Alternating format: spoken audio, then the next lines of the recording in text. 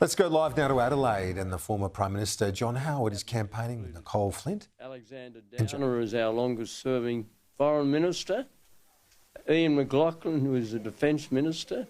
Robert Hill was Leader of the Government in the Senate and Minister for the Environment and Related Matters, and Amanda Vanstone took over the very large responsibility of employment and education.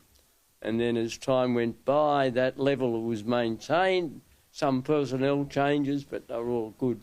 I just make that point because it's sometimes alleged by some mischievous people on both sides of politics that federal cabinets are dominated by people from Sydney and Melbourne. That certainly wasn't the case in my time, but I'm delighted to support Nicole and James.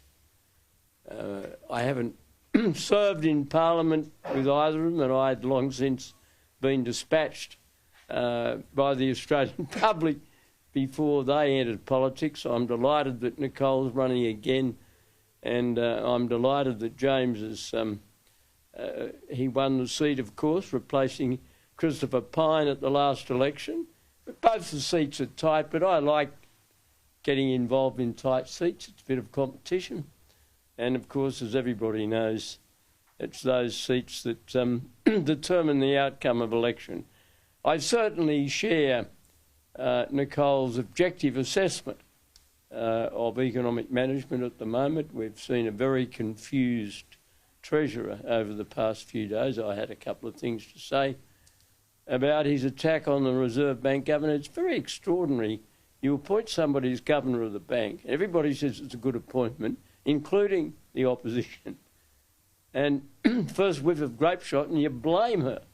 I thought it was very poor performance. The truth is that, and I know from my own experience, that interest rates are a reflection of economic conditions domestically and internationally. Inflation is still too high, and that's fuelled by government spending. In the past 24 hours, the Treasurer has boasted that government spending, high levels of government spending, are a good thing. If you're trying to control inflation, you don't do so by pushing up the level of government spending. You can always make an argument for this or that area of spending, but the overall aggregate is still too high, and it's a major reason why we have a high inflation rate, and that, of course, in turn is due to the painful impact of high interest rates on home borrowers. And it staggers me, to say the least, that the Treasurer thinks out of all of that he's justified in trying to shift the blame.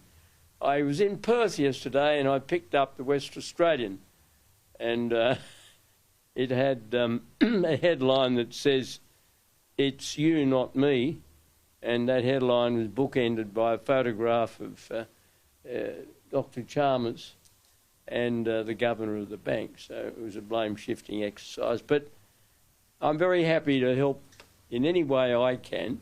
But both James and Nicole are hard workers. Nicole demonstrated that when she represented Boothby a few years ago. James took over from a very hard-working local member, and he's worked very hard. But they both know that they've got their work cut out. They have to work hard. They have to be good representatives, as well as, of course, serving, hopefully for both of them, in a government that is superior in managing the economy and has a better appreciation of issues relating to national security than the current government.